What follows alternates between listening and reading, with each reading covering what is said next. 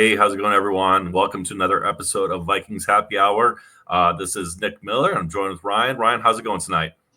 Great, man. It's really, really good. How about Good. you? Doing well. We got some storms brewing in the Midwest, whether it's snow or thunderstorms for me, but it is now draft season. Can you imagine? Just tomorrow is going to be 3 weeks away from the draft, 22 days, the Justin Jefferson countdown day till the draft. And so I feel like for me, because of the craziness with the offseason and all the Rodgers stuff and how much that drug out, and also the draft is a little bit earlier this year, kind of snuck up on me where now I'm like feeling like, oh, I got to start doing some more like cramming to really understand some of these prospects, which I'm excited to talk about tonight with you. Yeah, no, there's it's a great draft. I think I'm really excited. There's just a lot of talent in positions of need for us, and yeah, we'll dive into some of that later. But like it's really exciting to finally have a draft where our needs match the strength of the draft. Where I feel like that's not always the case. So it's been a fun evaluation season. Yeah, what's interesting is I feel like there's a lot of criticism of Quasey sometimes, maybe not so much from us, but he it seems like he does a good job of lining up a few years in advance of what they foresee the needs of the team to be. Like, for example, like they decided to draft their quarterback in the future, a draft that had a lot of guys that people were excited about. Now we're looking at some, whether it be defensive interior defensive line or other positions. It seems like there's a lot of guys, as you just said. So I'd like to think it's not random. Like to think that they're a little strategic about how they approach what our needs are and what's available. But we'll see how that plays out and where they decide to go. But I Well, thought, yeah, I mean, you look at last year's draft, deep quarterback draft, really good edge draft as well, and then this year, there's one, maybe two or three at max quarterbacks will be taken in the first round this year. And in edge wise, there's not, I mean, there's some obviously top end talent. Abdul Carter is insane, but outside of that, there's talent there, but it's not quite as deep as it was last year. oh yeah, for sure, and they were able to capitalize on getting a guy that most people had as a top 10 pick, later Yep. in the teens. So they definitely know how to strike when the iron is hot. So I thought what we would do would start with the drafting is start a little bit bigger picture and just talk about where we think the team currently stands, right now, maybe where some needs are, whether immediate needs or future needs, and then we can drill into maybe some of the prospects in those areas. Um, There's some stuff on it this week. I mean, Kevin O'Connell made some comments basically on free agency when he's at the owners' meetings. I think Quasey said some things as well. For you, where do you start? Where do you identify as maybe some of the top areas of need? And then maybe we can get into. I know I've been firing up my latest take obsession, which I seem to always enjoy arguing with Vikings Twitter about, is the cornerback. So maybe we'll save that one for last. But where do you identify some areas of need? Yeah. I think really, if you look at our team structure as a whole, obviously we do have needs, right? But I think we've brought in enough talent in most areas where we don't have to pinpoint a specific position, which has been great. As Quasey's done a phenomenal job of that. I think the only real big question mark that we have standing today is left guard. Yep. So I think that needs to be a priority position. Now, going back to what we were just talking about, it is a draft that I think has a lot of talent in this position. Where if you want to do it early and look at a guy like Gray Zabel or, I know we've talked about this yesterday, Tyler Booker, where, is he a scheme fit? Probably not. But, do you pass up such a strong pass protector in the draft? Or if you want to wait, if you want to wait to day two and look at a guy like Wyatt Millum or Jonas Savainia. I don't know how to say his last name, but Kudos for you for even attempting. I was just going to say the Arizona guard. right, yeah. And there's a lot of talent, throughout the draft. There's what's the Ohio State tackle guard? Donovan Jackson, yeah. So yeah, I mean, so there's definitely some options there that would be day two type picks as well. So I think that's probably our quote unquote biggest need. Now, do you draft for need or do you draft for best player available? Obviously, Kwesi, I think it tries to probably do a mix of both. So the other positions, obviously, we did stack up at the D tackle position this off season. However, I believe they're short-term deals with players with some injury history. So going in and striking early with a D tackle would probably be advantageous for us. So that's another position I think is a big need, just because again, after Jonathan Allen and who else did we get? What's his name? Javon Hargrave. Hargrave. I wanted to say Kinlaw, and I knew that wasn't right. Close. When you look at those two, both coming off injury-riddled seasons, both really strong pass rushers, and then you have Harrison Phillips, who's a really strong run defender, and then you have some young talent in Jalen Redmond, Levi Drake Rodriguez. I don't know the other kid's name. Taki Tani Imani. Taki. It's a tongue twister for me, but yes. People know who I'm talking about. Taki. Yeah. So, I mean, so you have some young talent there. Do you want to try to develop them and let them go? Or do you bring in a guy like Derek Harmon, who's really strong in both pass and run defense? Or a guy like, a polarizing prospect, Walter Nolan, who's kind of ranging anywhere from top 10 pick to, early second round, just because of various different things. Right. So, I mean, or do you wait? Do you wait a little bit later and look at a guy like Deion Walker, who, again, all intents and purposes is a massive human being and a great toolsy prospect? Is the effort always there? There's some other aspects of it. There's a couple Texas D tackles that are out there.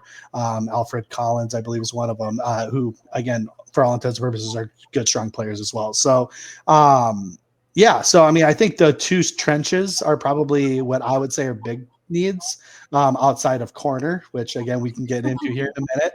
What are some of the other positions you're looking at? So one of the things I exercise, I've been continually updating throughout the offseason, just kind of looking at the 53-man roster, and I'm not going to pull it up now, but essentially the areas of need that we have. I've QB2. I don't think that's going to happen in the draft. Running back 3 right now. We have Xavier Scott and Ty Chandler on the roster. I think they've lost trust in Ty Chandler just based on last year. I wouldn't say that they need a running back, but this is such a deep running back class. If they can come up with some extra picks via some trade, it'd be great for them to be able to take one. So wide receiver, I know that this isn't. I don't think that you see this as big of a need as I do, but. You have obviously Justin Jefferson not going anywhere. Jordan Addison's going to probably face a few game suspension. We have Jalen Naylor, who's entering the last year of his deal, and then the only two real prospects on the roster to make the team are Tim Jones, who's mostly been a special teams player, and I have to admit I don't think I even knew who Tim Jones was beforehand, and I pay very close attention. And then Rondale Moore, who Kevin O'Connell said this week that he doesn't think he's going to be ready by training camp. And Rondale Moore only got $250,000 guaranteed, which is actually less than Tim Jones. And so if you're looking at Tim Jones and Rondale Moore Rondale Moore is a huge question mark. If he's healthy, then he's a great addition. Tim Jones is, I don't think they really want him seeing the field in that capacity. And so you really just got 3 guys left. One of them's going to face a multi-game suspension. So, I think that wide receiver is going to be a position. I don't think it's going to be early. I could take the argument. I mean, if they wanted to take like Mbuka or something early on, who am I to say I'm not gonna shut it down? Do I think they're going to do that? No, but I do think that they will end up drafting one. So tight end, they I think they literally only have 2 guys on the roster. And I know a few months ago, Ben Albright, came on with Matt and I, and he said that, think about, the coaching staff, and that Wes Phillips was previously tight ends coach. And, the other, I forget his name right now, our current tight ends coach, Greg Angelico, I believe it is, was one of KOC's first hires. And, they might want to look to invest in another, quality tight end that maybe, can come in and be like a pass catcher, or they might want to play more, 12 personnel out there. So it might be a place where they make an investment. And then the only one we do need a potentially a linebacker 4. I know your boy Brian Asamoah hasn't necessarily been a scheme fit, but he's been a core special teams player, so his roster spot's probably going to end up being safe because of that. And then you always can look at safety, right? So we got Jay Ward back there. Obviously the 3 main guys of Theo Jackson, Josh Metellus, and Harrison Smith. And then you also have they Bubba Bolden they signed. I don't really know how much they think of him, but they could definitely use a guy with probably Harrison Smith being in his last year. We think he could always maybe have one more in him, but think about the future of that position as well. So outside of corner, which we'll get to in a second, I think that those there's some spots on this roster for depth at a few key positions, but with only having 4 picks right now, it's hard to identify which ones are going to be the top of the list, and you always have to balance, which players do you want to develop in the draft and which players can you circle around later that are, what's the depth of the UDFAs, which are always a priority for them. Who do they think they could possibly get? And also like who's currently available in free agency that post draft they can potentially add or, might be available via cuts later where they think they can substitute with a veteran. And so those are all big calculus things that I'm sure they're plotting out multiple steps ahead that we don't necessarily have, the full scope of information to know, how they view those things. But, do those, before I get into the corner and stake my case, did anything stick out to you there on those positions I outlined? No, I mean, I think it all makes sense. Again, tight end, yeah, sure. I mean, I think that there's some truth behind that. Obviously, we've had quite a big investment in that position within the 2 guys we have. So I see that more as like, maybe you go draft a guy late, the Texas Tech kid, Conyers, or Luke Lachey or whatever from Iowa or something. People, I think some people are getting excited about maybe trying to go for a second round, third or not second round, but like a day 2, third round pick, or maybe one of our fifths, and maybe you do, I guess, or if you can get some trade back capital. But I don't see us drafting a Harold Fanning or a Gunnar Helm or anything like that. I think it's going to be more of like one of those back end guys. I'm wearing my Miami shirt. I love my Mac guys. I mean, that's my conference. So if we could get him, I'd be happy. I think he's got a lot of talent. Actually, he's one of my favorite prospects that I don't necessarily see us drafting, but just enjoyed watching him. He was quite impressive. So, and I think safety is probably a higher need than we want to maybe give it credit for. You're right. Harrison Smith is in the last year of his new 1-year deal. Right. Theo Jackson signed a deal, but I think it gave us an out after a year as well. Metellus, we need to rework his contract to extend him. But yeah, there's not maybe a long-term answer at that position quite yet until we see Theo Jackson play, and thus rewarding him with a bigger contract. So yeah, I can definitely see that being a strong need as well. So, and again, another, I wouldn't say deep class, but there's a lot of talent basically in the first 2 days. Probably early day 3, you could probably snag somebody. I mean, you got guys ranging from Malachi Starks up front, all the way to Billy Bowman. Obviously, got to say it. But he's probably kind of that last tier, like the last player in that tier of like, this is somebody who you can maybe develop into a starter. I mean, Mickens, I would put him in there too from Clemson. He's a pretty good player as well. Yeah, that makes sense. All right. Are you ready for my corner rant? Let's see if I can do it. I can convince you. All right. So currently players on the roster, we know Byron Murphy Jr. And then Isaiah Rodgers. So KOC just came out this past few days and said Brian Flores identified Isaiah Rodgers very early in the free agency period as a guy that he liked, that just like in the mold of Gernard, Andrew Van Ginkel, Brian Cashman last year, this is Flores' next guy. And to us, as fans, we have to kind of take that as kind of, we got to cement that into stone of just like, okay, Flores believes in this guy, then, we should have faith in him as well. And KOC went as far to say that he sees Rodgers as an every down player. So that, I mean, is pretty telling. I mean, that's a pretty big, concession or proclamation from KOC early in this process. So then we go back to, who else is on the roster now? So Mekhi Blackman, old friend, drafted in the 3rd round 2 years ago. He came in his rookie season. I think he ended up with 400 some snaps. I think PFF graded him in the 70s. Kind of an older prospect, guy that can play both. I think he plays both inside and out. So it gives them that flexibility as well. And this was a guy that, we had that kind of clear barrier between, the Donatel defense, where that 2022 prospects weren't, ideal fit for the Flores scheme. But Mekhi Blackman was a Flores guy. That was I think we only had 5 picks that draft, and that was someone that he identified as a guy that he wanted. I think they even traded up a little bit to get to that spot. And so you got Mekhi Blackman. So you got those 3.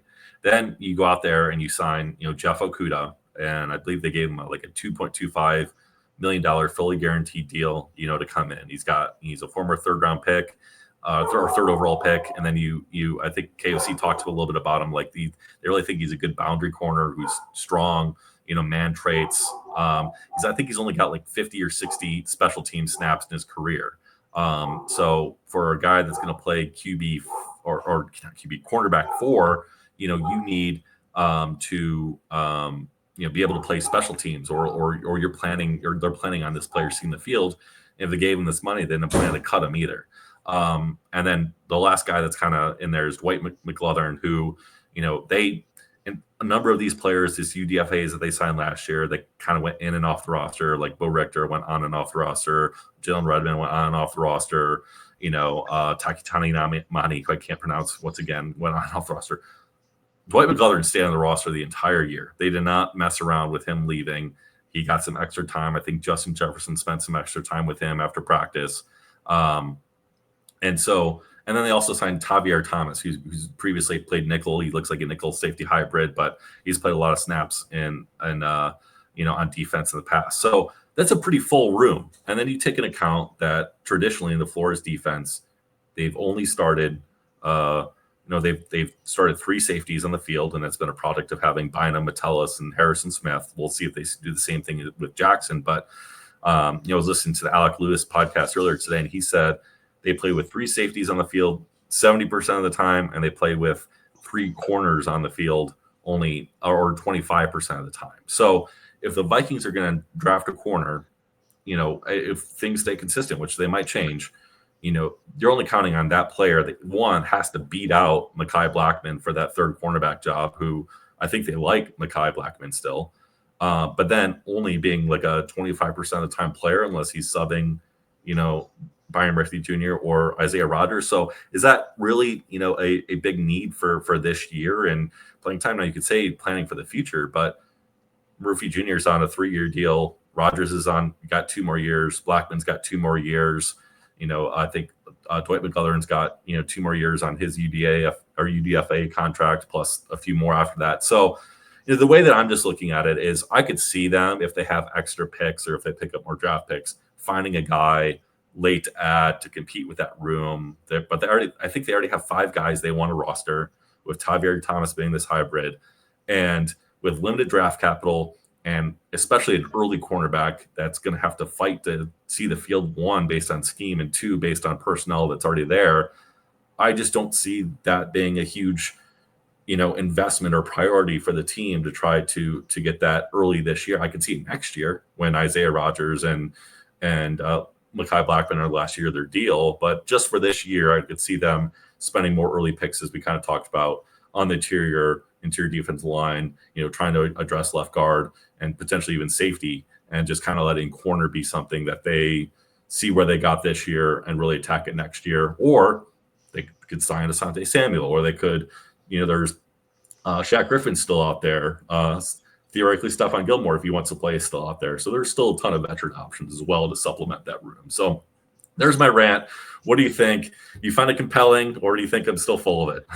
No, I mean, I think it makes sense. I just, and again, I said this in the chat the other day, and granted, yes, you don't necessarily need a shutdown corner in today's day and age, but when you have the ability to draft a guy who has capabilities to be a really good, strong corner, I think you take that whenever you can. Obviously, the old Mike Zimmer quote, right? You can never have too many corners. Yeah. It is always alive and well. That position is often injured, and is a position that is so up and down, right? So you see players who have great years. I mean, even like Sauce Gardner Mm-hmm. was like all pro, and then all of a sudden he's just like, oh, did he lose a step? All right, and he's still in his first contract. So it's a position that I think you always want to be investing in, kind of like receiver in a way. Obviously, I don't think receivers nowadays, you're finding people all over the draft, where corner I think is a little bit more. You need to kind of make the investment if you're going to want to have a good quality one. And outside of Jeff Okuda, what's like the average height of all those guys? 5'10"? It's they're fairly short. I mean, that makes sense. Which isn't like a make or break thing, right? But Yeah. like I think Blackman's 5'10", Murphy's 5'11", Rogers is 5'10", Okuda's 6 foot, I think. Which again, I just maybe he turns his career around, but he's been quite poor in Yeah, he's been his bad. Yeah. 5 years that he's been in the league. And you look at even Blackman and Rogers, what 700 snaps between the 6 seasons that they've played, combined. Mm-hmm. Again, not a ton of snaps, right? So it's like, yes, the sample size is great. I mean, even Dwight McLeather, I think he has in his 20 snaps he played last year, he graded as an 80. 80, Like yeah, it's he looked perfect. great. Yeah, he Yeah. looked great. So maybe they go into the offseason they've been watching him in the offseason. They're like, nope, he's taking the next step. And at that point, maybe they're comfortable. Maybe they are comfortable doing that. I'm sitting here saying if we trade back, I wouldn't take any corner unless it's Will Johnson slips to us. I'm not, and if he does slip to us, you run to the table. Like that kid is, Yeah, he's got traits that can be all pro or definitely pro bowler, like a legit pro bowler, not one of these fake ones who are getting in because people are not going to the Pro Bowl. right. But so I mean, so if he's there, I think you jump. But outside of that, these are trade back scenarios. But there are some really good, I think, quality prospects in guys like Revel. I don't know how to say his last name. Amos. I don't like Harrison as much, but I think Harrison is in that tier. Thomas, Morrison. I mean, there's some talent in that kind of next tier behind. I would say Will Johnson and Travis Hunter. Jade Barron's probably in that kind of upper tier as well. However, again, he doesn't solve our height problem I think he's 5'10", 5'11" as well. Yeah. But I do worry when we do go against a Mike Evans in the playoffs, who's going to match up against him. And obviously we don't travel our corners or anything, but like 5'10" Byron or 5'11" Byron Murphy is not going to be able to break apart a jump ball, right, scenario. And maybe you bring in Dwight McLeather and maybe Jeff Okuda plays well. But I think if you bring in a good, tall, lengthy boundary corner, I've been very big on Siobhan Ravel this whole offseason. I think he's got the it factor, in my opinion. I just think that it's definitely a position you'd want to invest in, just given the uncertainty more so than anything. But again, Flores knows his stuff, but also to just kind of counteract one of your points, he was really about bringing in Grenard and Van Ginkel, but they still drafted Dallas Turner it was 17th overall pick, right? And you're not playing three outside linebackers all at once. And sure, you do it from time to time. Yeah, But I was going to say, I think that they want to be more multiple, yeah, up front than they are up in the back, though, would be my thought. sure. I agree. I'm just saying, like, Yeah. just because he handpicked Rodgers doesn't mean he won't want to bring in somebody as well to push him to be better too, right? Not just the new kid, but Rodgers as well. So I get what you're saying, and honestly, a lot of it makes sense. But I don't want to pass up a prospect like Ravel and maybe go and draft a guy like, I guess I don't have a specific name off the top of my head. Let's just say like Omar Norman Lott, right? Who again is a good prospect at D tackle. I'd much rather have a legitimate corner prospect than a pass rush specialist interior defense alignment. Yeah. I think a lot of it comes down to tiers. I think that the only, I guess, the real compelling thing is I could be convinced on what you said, but I think they want to they want the optionality, right? Like, what if they go into training camp and Dwight McGlothern takes a huge step, right? Or what if they get in there and Mekhi Blackman's come back from injury? Like, remember when Adrian Peterson tore his ACL and then he came back and he had his MVP season, right then and there. I'm not saying Mekhi Black's about to have MVP season, but he tore it early in training camp, which means that he's probably been healthy for a while now, where he's able to be full go for probably these off-season programs, and maybe he's ready to take the next step. He's another year older, has more maturity about the league and things like that. So if they go and they draft a guy now that's like their first pick, let's say it's early day 2 or something like that, they're removing all possibility of guys like Blackman or McGlothern showing out and proving it. Where if they don't, let's say they go to training camp and those guys don't, or disappoint, you can always there are always corners available. I mean, they signed Gilmore in training camp last year, who started, like Well, that. I mean, but like, yes Right. and no. I mean, you're going to play your best players. Like, I don't care. I mean, Andrew Booth wasn't playing. Mekhi Blackman was playing over Andrew Booth when he was here, right? Like, draft. I mean, I get it. Like, you want your top picks to work out and you want to give them the opportunity, but I don't think these coaches are of the mindset of, oh, we drafted him high. I mean, even look at last year, like Dallas Turner didn't play as much as he probably should have based on his draft position. Let's Because the other guys were better, right? No, I agree right. with you. I'm just saying is the guys that they have now are young enough where they could still be the future of the team. I just don't think they want to cut off their nose about giving these guys a pathway to succeed, by taking someone and creating all this competition where a guy could be good and he doesn't even see the field. I guess you could trade him or something like that. But I guess it's like, I think that they want to see this play out a little bit further, before they go ahead and introduce further competition for their young guys. But that's just my They might. You're right.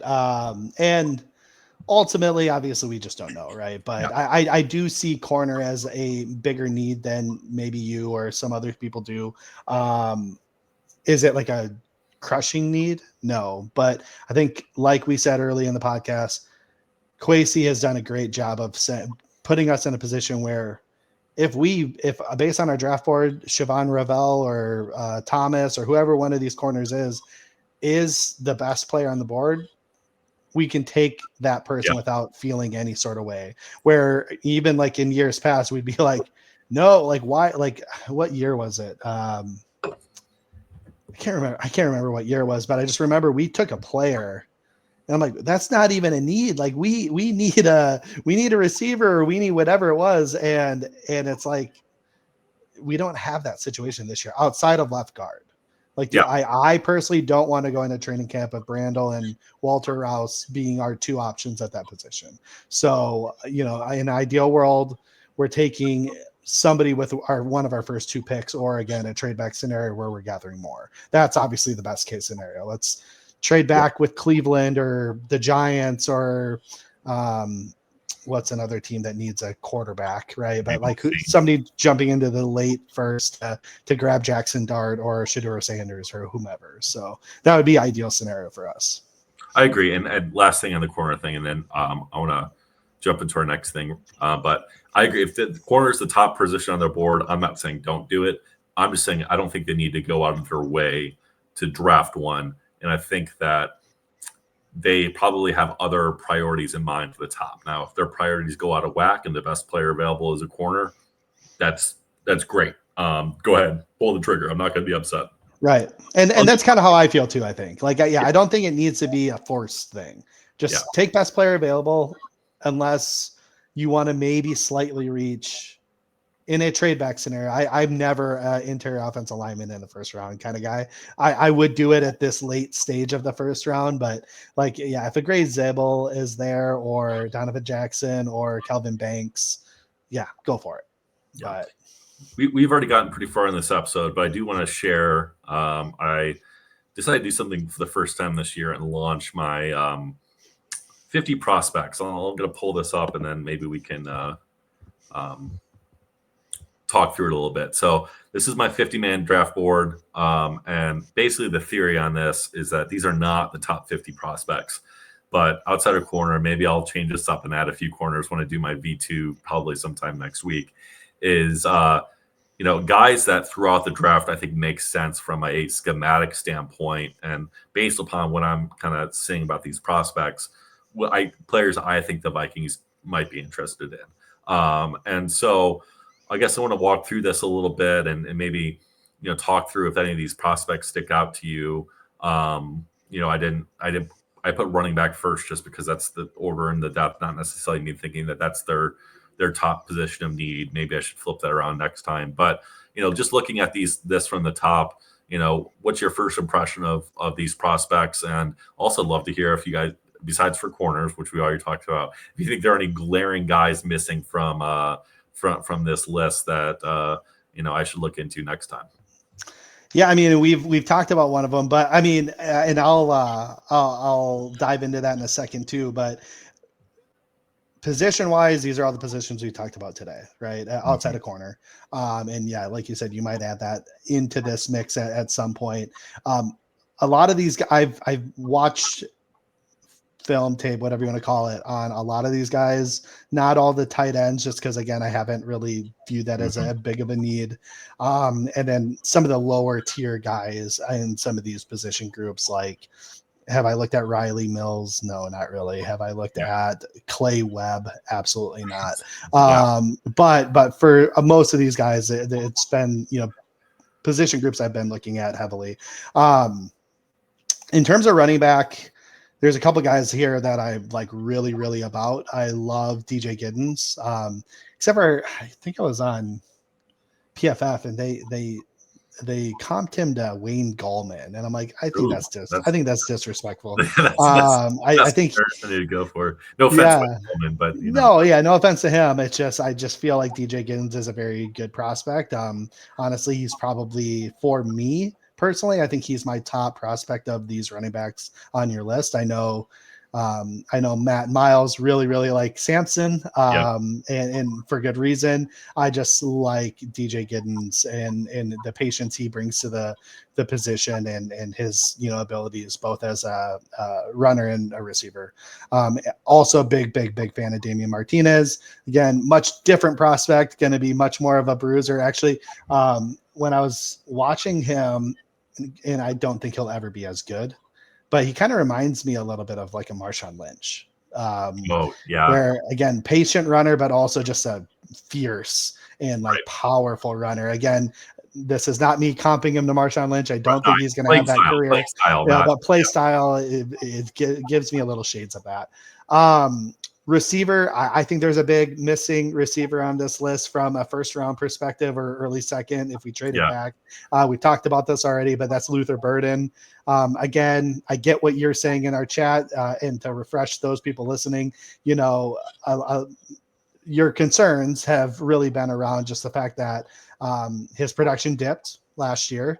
His what is it, like 80% of his targets or something like that were caught within 10 yards of the line of scrimmage. Obviously, not a great stat for a receiver to have. But when I watch him, I see a very good route runner, not a great route runner. I don't think he's like Egbuka good. Or Akuba, sorry, good. But I think he's a very good route runner. I think he's much more explosive than pretty much anyone else on this list, and get the ball in his hands type player, and he's going to make something happen. But I just didn't love the limitations that the Missouri Tigers put on him in terms of he can't call his own routes. He can't call his own play, right? Call his own number. So he just has to do what the team's doing, tell him. Another player that's actually in this light is Isaiah Bond from Texas. Another player that, if given the opportunities that a Matthew Golden received, maybe he actually is a first round prospect and Golden's a third, right? It just all kind of depends on how the scheme is built on the team. And like Bond, for example, is very much used as a decoy. And not to say Burden was or wasn't. I think, there was shades of that. And I also think that Missouri Tigers didn't really have anyone else on that team that they needed a key on as heavily. And so Burden did get a lot of attention in that offense. So, but I watched the way he moves, and I'm sitting here saying he's the best prospect of anyone on this list besides besides Kenneth Grant. I, Like, I would say I hear you on the Burden stuff, and I think what my hesitation on him is that if the Vikings are going to take a guy in the first round, I think that I would rather them take a guy that they know for sure fits in their scheme and matches up with what they want to do, which is someone that's more like a Buka rather than a Burden if given the choice between, let's say, those two prospects, because if because it's not like a crucial need for this year. So if they're taking one early, it's really like a kind of a luxury pick. And so I just don't want them to take a risk on like a luxury pick that's kind of like a way too much of a projection, if that makes any sense at all, or maybe it's the opposite. I'm not sure, but I just don't know that for an offense that is so based on rhythm, timing, running precise routes, being in a spot where you're going to be good ball tracking, all those things, like there just wasn't, to your point, the limitations on Missouri's offense is that we just didn't get to see a ton of that. Like that's like the main part of like Buka's game, right? So I just you don't know for sure how much it's going to translate. For me, it's just not worth the risk from my personal profile standpoint on that kind of thing. But I could see why you see those raw traits, you see those skills, and just think, hey, if we can just coach him up, if we just give him the opportunity, this could be someone that's really special. And I understand that. yeah, I mean, and he kind of showed it a little bit more in 2023 than he did last year in terms of those, things that you're talking about. But also, I think that when you look at a player like him, it's kind of like a similar debate if you want to kind of talk about that. If you're literally just looking at those two players, of like Jordan Addison's much more like Egbuka, and Burden is much more like Say Flowers.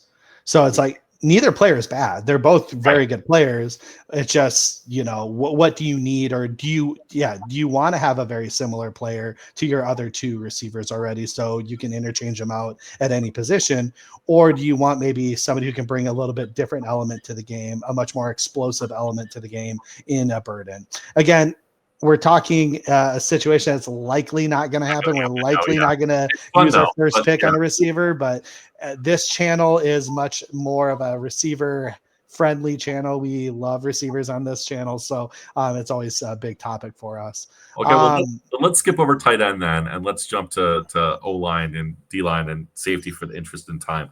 I'm Yeah. going to throw out something that I'm probably already going to change on this list, and you already complimented him, so I feel bad almost doing it. But how do you feel? Do you think that the Vikings are going to spend, pick 24 or shortly after, where they'd have to take him on Kenneth Grant when he is mostly and most likely going to predominantly be in nose tackle, just due to his size, rather than maybe someone that could be more versatile along the line, like a Derek Harmon. So that's my only hesitation on someone like Kenneth Grant, is that I think that while as skilled as he is and he's athletic as he is, I think that he's mostly going to be a nose tackle type player, and we probably do need that. But is that a first round type talent investment?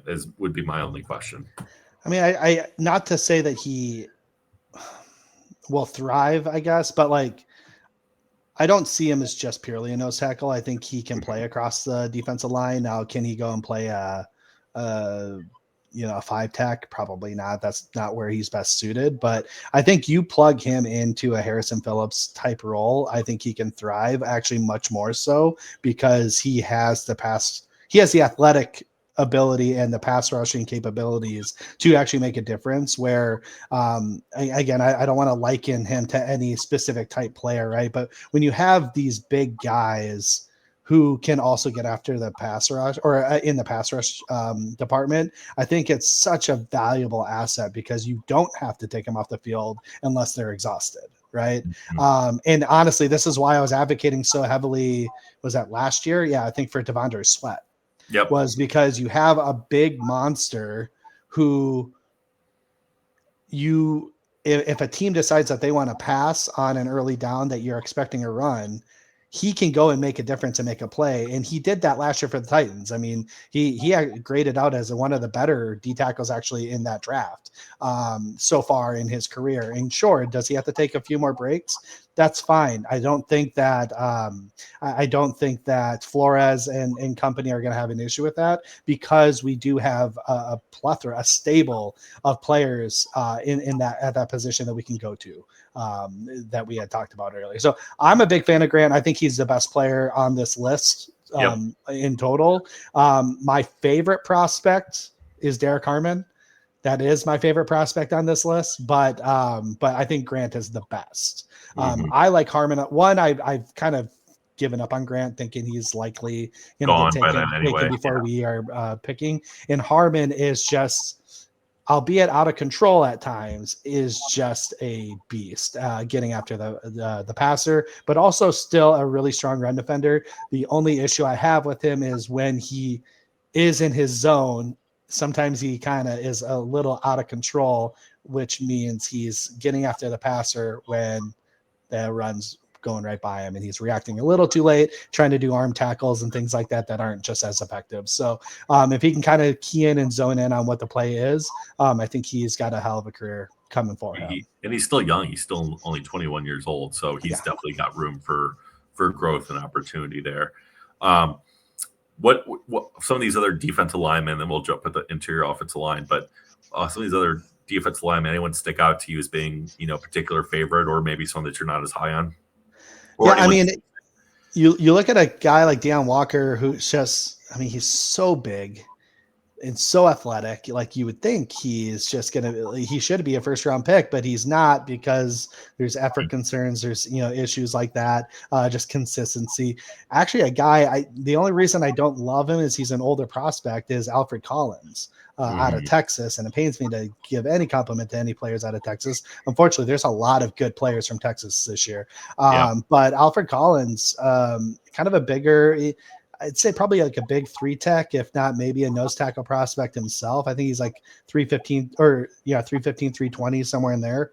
But he was sneaky good in the pass rush as well. Obviously, when you think of those big guys, you think good, strong run defenders, which he is. But he also, did well in pass rushing as well. Walter Nolan, again, just a very polarizing guy. I think he might be gone before we pick anyway, but I just didn't love everything I saw from him. And then there's some other things maybe off field that are concerning. I don't know for sure. There's no definitive reports, just rumors that you see online and whatnot, and who knows who's pushing that out. Outside of that, I don't know much about a lot of these guys. Omar Norman Lott I've watched because the channel here, Matt really likes him.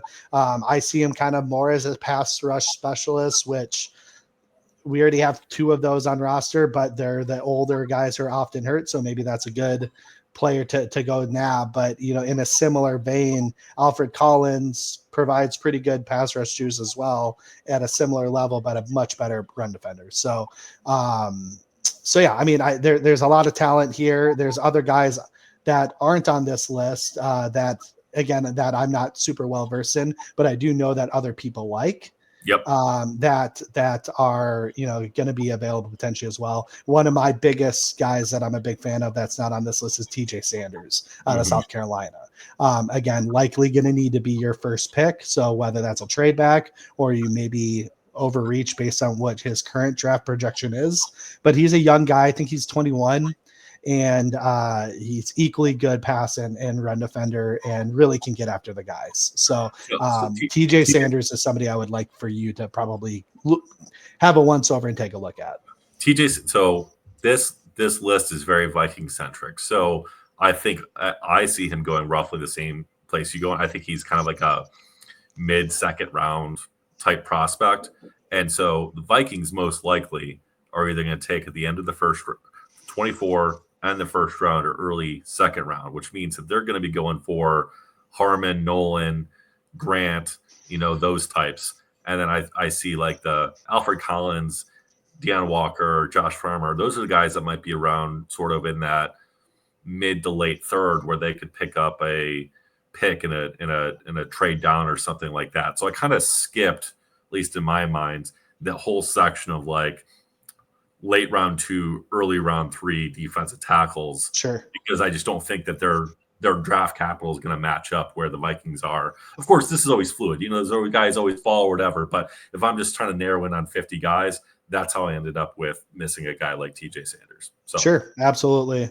And then on the other side of the ball, love Kelvin Banks, Texas kid, Zebel. I think he might be my favorite offensive lineman prospect in the draft. Donovan Jackson, I just recently finished watching him, and boy, is he fantastic. And House loves him. Daniel House said that he's the one prospect that the Vikings should not leave the draft without. And if House says that, then yeah, that's pretty big. I mean, if you're leaving with any of those three guys in the first round, I'm not upset. I'm not upset at all. And then the only other guy I think that maybe could have consideration on this list, well, two, and I think I mentioned to you in the chat here, is Jonah. Again, I'm going to try this again. Yeah. Savania, something like that. From Arizona. I think what I like about him is versatile. He's pretty much played all across the line besides center. And so if you're in a pinch and need a tackle, he can play out there.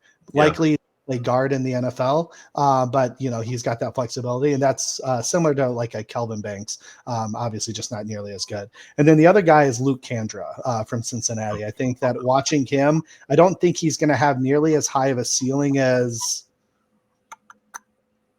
anyone on this list below Jared Wilson, but or above Jared Wilson, I mean, or at Jared Wilson or above. But I think he has a much higher floor than a lot of these guys, including, in my opinion, Marcus. I don't know, Bow.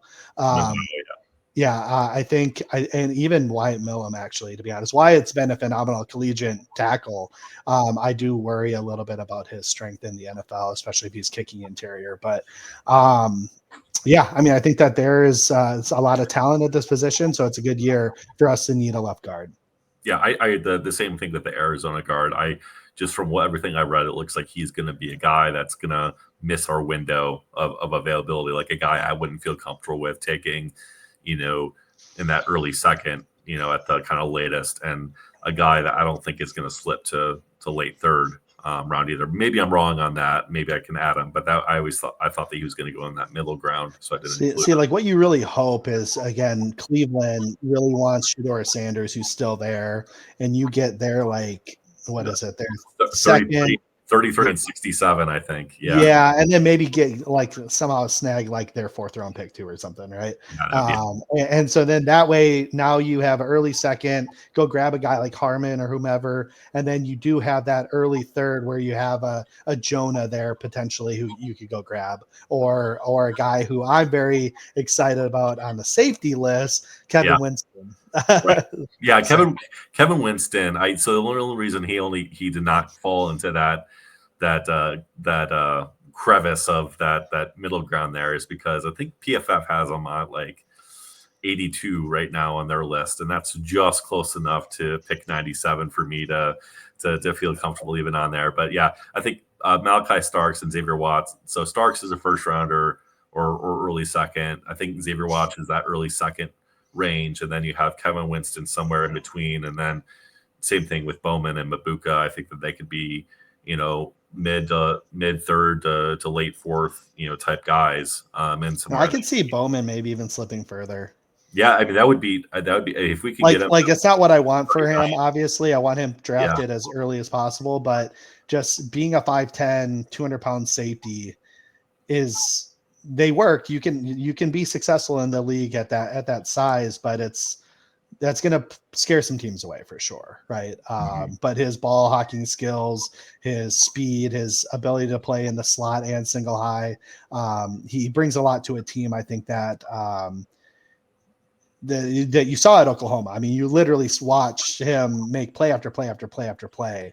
And so you shouldn't really discount him, but NFL teams do, just due to those size limitations. The only other first round safety that I didn't see on here, and again, you might not love him, or is Nick Imanawari. So what are your thoughts there? Yeah, I guess the way that I view him is that he's like RAS maven. I mean, he's like a 10.0 on that. Just from my kind of review of everything surrounding him, it seems like he's more of a box guy. And I think that we have Metellus already there, and I think Smith dabbles in everything right now. He could eventually be a Smith replacement where they might do the two box guys and stuff again. But I just feel like he's a guy that doesn't necessarily have a fully refined technique yet. And so I think in the past or in recent years, we've seen the Vikings pass on like more athletic guys for guys that display more refined technique and higher IQ on the field, instead of the pure athlete. And so that's where he falls in that kind of bucket. Like, I don't know where he is behind the scenes in football IQ, but I just have read and seen some things where it looks like he is just not. That's necessarily not the main aspect of his game. He's more of like the pure athlete on the field. Now, if they can sit him for a year and teach him all that and catch him up, and they do the behind the scenes work, they visit with him and think that, okay, this is a guy that's going to pick it up, then he could be a great pick for them. But that's my only hesitation on him right now, where I would rather have, and that's got to be a first round pick. I don't have as many concerns about that as with Starks or something like that, and Watts you could trade down or something like that. But I think you'd have to take him at 24. And so, if he's even there still, yeah, if he's even and there. Starks is the same way. I think Starks is going to be a first round pick. Agreed. But that's my hesitation. I think that they want a more refined technique guy than someone that's more of just like a raw athletic prospect. Yeah, I think if Kwesi can find a way, getting a Kevin Winston in the mode of how Kwesi's been playing the free agency market of coming off an injury, but likely it was the best safety in college football in 2023. Yep. So it's like, well, get him at a discount, and if you swing and miss on him, go grab Mbuka or Akuba or Billy Bowman. I'm a big Billy Bowman, obviously, on this, but and then again, you had mentioned a linebacker need potentially, Danny Stutzman. I mean, if you just want a downhill thumper guy who's going to just play at the line of scrimmage all the time, I think college football. He's the most tackles for either net 0 yards or tackle for loss in college football over the last 2 or 3 years. So. Yeah, that's a good stat. I think that they've been having some success with kind of Ivan Pace at UDFA and getting some depth in there. I think they're happy with their top two. So maybe that's and don't forget we did sign Eric Wilson. So yeah, I mean, so we don't really need a linebacker, but if you want to draft a guy basically who, maybe replaces Asamoah,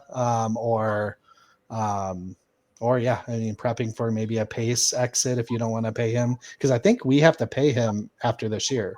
He's a restricted. I went in the same rodeo with Miles the other day. I just messaged him. I was just like, wait, why are we talking about Pace? And he's like, oh, he's going to be an ERFA or something next year, so we don't have to worry about it. But at least for now. But yeah, no, I appreciate your thoughts on this. I think that next week, I know that Matt will be back. I think we have some guests lined up to dive deeper into draft stuff, but I'm going to continue revising this up until probably draft day and hope I hit on at least a few and go from there. But no, it's fun. I think the wide landscape that the Vikings have, that they can attack a ton of different positions and can kind of go BPA, is a good place to be that we haven't always been in. And also we can't predict it as well as we could with Rick Spielman. So it adds an extra layer of fun for draft season. So any final thoughts before we cut this off? I didn't want to do this, but I got Jake Majors on this interior list. I like him a lot, actually. I know you do. I probably shouldn't, but like he just when you can't when you have I just need I need pass protectors. And although he's not the best or most athletic in the run game, he is a solid pass protector, and I just want that for JJ McCarthy. And he's like team captain, high IQ guy as well, who I think can handle the protection stuff. So, if you want to maybe like draft him to groom him behind Ryan Kelly for in kind of that, like, what do we have, a 6th round pick or something like that? Again, so they seem to be high on, but I hear you. Yeah. So all right. Yeah. Well, outside of that, no, great list, and I mean, thanks for having me on, and hopefully we can dive a little deeper into specific. I'm assuming we'll do a top 10 podcast here at some point where we go through each positions and stuff. We've done that in the past. So yeah, no, that sounds great. Well, awesome. Thanks, Ryan. Thanks everyone for joining us, and we'll see you next time on Vikings Happy Hour.